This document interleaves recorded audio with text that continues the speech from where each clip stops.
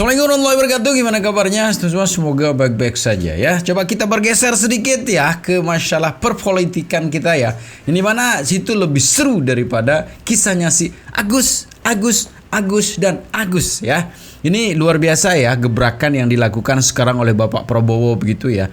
Akan memutasi sekitar 100-200an para jenderal begitu kan. Yang apa ini? Kenapa ini kok begini nih ya? Yang kemarin jenderal-jenderal ini yang masuk dalam kabinet sebelumnya. Jadi menarik Semeton ya. Yuk kita berpolitik sedikit ya. Gimana video lengkapnya Semeton? Ini dia. Selamat menonton. Jangan lupa like, like, komen, dan skip. Indonesia adalah negara pertama, negara berkembang pertama yang menjadi presidensi G20. Janganlah kita bangga menjadi anggota G20 kalau rakyat kita masih banyak yang miskin, masih banyak yang lapar. Mutasi besar di tubuh TNI era Prabowo memicu sorotan tajam. Ada apa dengan Jenderal Jokowi? Prabowo Subianto memulai langkah berani dalam kepemimpinannya dengan melakukan mutasi besar-besaran di tubuh TNI. Sebanyak 300 perwira tinggi dimutasi, termasuk perubahan signifikan di TNI, AD, BIN, dan Atase Pertahanan Luar Negeri. Sorotan utama adalah keluarnya sejumlah jenderal yang sebelumnya dianggap dekat dengan pemerintahan Jokowi. Tradisi lama juga berubah. Posisi strategis Pangkoga Wilhan I yang biasanya dijabat perwira Angkatan Laut kini diisi oleh perwira TNI AD. Pengamat melihat ini sebagai upaya konsolidasi kekuasaan. Promosi diberikan kepada jenderal-jenderal kritis menandai arah baru di tubuh TNI. Namun langkah ini juga menuai kritik terkait geopolitik, terutama di kawasan Laut Cina Selatan. Apakah Prabowo mulai menyingkirkan jenderal-jenderal Jokowi? Jenderal dimutasi dalam gelombang pertama mutasi tubuh Tentara Nasional Indonesia setelah Prabowo Subianto menjadi Presiden Republik Indonesia. Mutasi itu tertuang dalam surat keputusan Panglima TNI tertanggal 6 Desember 2024. Dengan perubahan arah angin di tubuh TNI itu, menunjukkan bahwa Prabowo melakukan konsolidasi kekuatan di TNI, terutama di tubuh TNI Angkatan Darat. Jabatan Panglima Komando Gabungan Wilayah Pertahanan I kini diduduki oleh TNI Angkatan Darat. Tak seperti sebelumnya yang secara tradisional dijabat oleh TNI Angkatan Laut.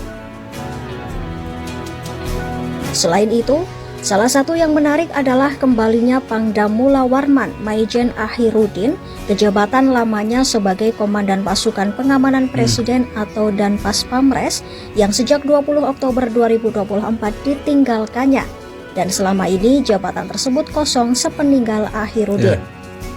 Dalam mutasi kali ini, Panglima TNI juga melakukan perubahan di pucuk pimpinan Komando Strategis Angkatan Darat dengan menunjuk Letjen Fajar sebagai Pangkostrat. Panglima TNI juga menugaskan beberapa pati TNI untuk menduduki posisi di berbagai kementerian dan lembaga. Mereka adalah Maijen Mariono sebagai Inspektur Jenderal Kementerian Perhubungan, Maijen Irham Waroihan sebagai Irjen Kementerian Pertanian, dan Laksamana Pertama Ian Heriaman di Badan Penyelenggara Haji. Dalam dokumen surat keputusan Panglima, ketiga pati TNI tersebut dimutasi menjadi staf khusus kepala staf di matra masing-masing. Ada juga mutasi yang cukup signifikan di tubuh Badan Intelijen Negara, yang kini dikepalai Muhammad Herindra, yang sebelumnya adalah Wakil Menteri Pertahanan Prabowo Subianto. Tampak juga perubahan yang cukup banyak di jabatan atas pertahanan beberapa negara, seperti Malaysia, Australia, Amerika Serikat, China, Rusia, Prancis, dan India.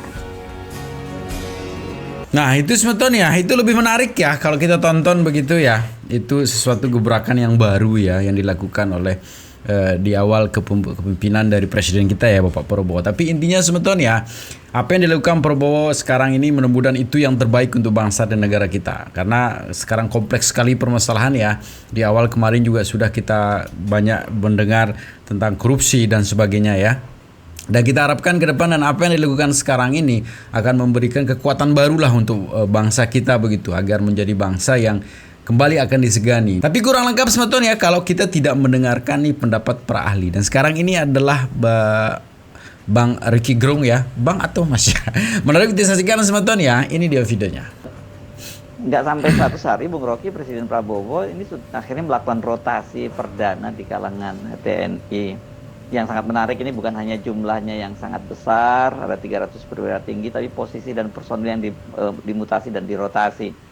Banyak jenderal yang dikenal sebagai loyalis Jokowi dimutasi dan diparkir di luar struktur TNI. Bahkan ada yang baru menjabat ini dalam hitungan bulan ya, karena memang mereka diangkat oleh Jokowi itu akhir-akhir masa jabatannya. Bahkan ada yang 2 hari sebelum Jokowi lengser dari jabatannya pun itu posisinya juga dimutasi oleh Jokowi. Ya, mutasi itu hal yang biasa, atau rotasi bahkan sebagai upaya untuk di dalam TNI terutama untuk mempersiapkan perwira-perwira kita paham tentang segala macam jenis medan tugas tuh. Dan itu adalah hal yang menghidupkan supaya tentara selalu ada dalam kondisi army readiness, selalu siaga tuh.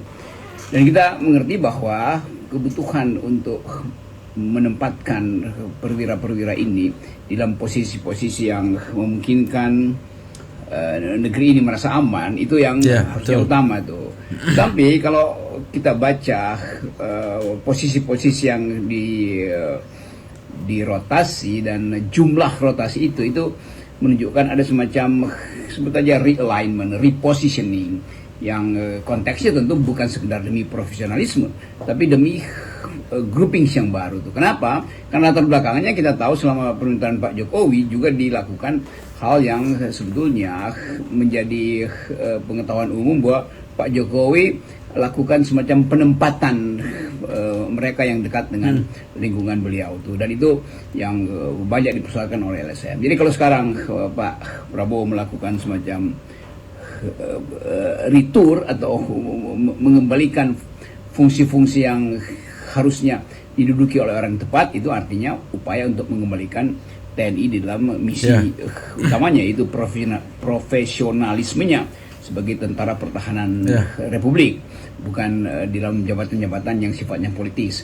Dan itu yang ditunjukkan sebetulnya oleh skala dan kualitas pergantian hari ini. Skalanya adalah 300 perwira, dan kualitasnya tentu didasarkan pada kapasitas dan kelanjutan dari proses untuk mengkonsolidasi tentara supaya jadi tentara profesional. Saya kira itu semacam pertimbangan yang bijak dari Presiden Prabowo supaya tidak lagi ada semacam sensasi, isu atau gossiping tentang TNI yang ditempatkan hanya untuk kepentingan penjagaan kekuasaan. Selain banyak yang melihat ini bersih-bersih mutasi yang dilakukan oleh Pak Prabowo ini, saya pikirkan sebagai presiden dengan latar belakang Jenderal TNI, tentu Prabowo bisa lebih tepat dalam memahami dan juga kemudian memilih personel tidak hanya berdasarkan kedekatan, tapi berdasarkan profesionalisme dan juga merit system. Ini kan yang rusak pada eranya Jokowi itu soal merit system, karena banyak sekali orang-orang yang punya kedekatan yang disebut sebagai geng Solo itu kan kemudian karirnya melejit. Itu bukan hanya di TNI tapi juga di lingkungan Polri.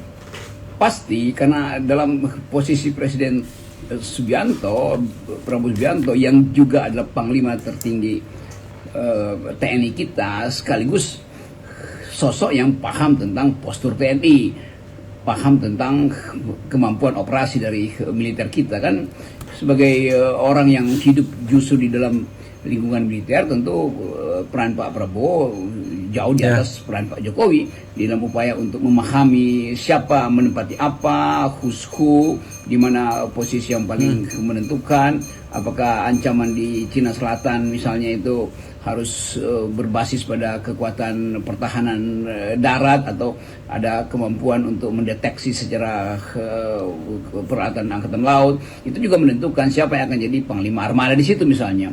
Demikian juga wilayah-wilayah yang lain yang memerlukan pemahaman lengkap terhadap teritori dan pengetahuan tentang potensi ancaman yang berbasis pada infiltrasi. Kan semua itu dasarnya adalah pengalaman dari Presiden Prabowo sendiri itu. Jadi kemampuan itu yang hendak kita pastikan atau kita lihat sebagai alasan kenapa ada rotasi 300 perwira, dan itu penanda bahwa ada upaya untuk penyegaran supaya kesempatan untuk memahami situasi dan kesempatan untuk belajar tentang analisis keadaan itu bisa dipastikan di era Presiden Prabowo, karena ada ketegangan dunia, ada ketegangan di sekitar wilayah Nusantara.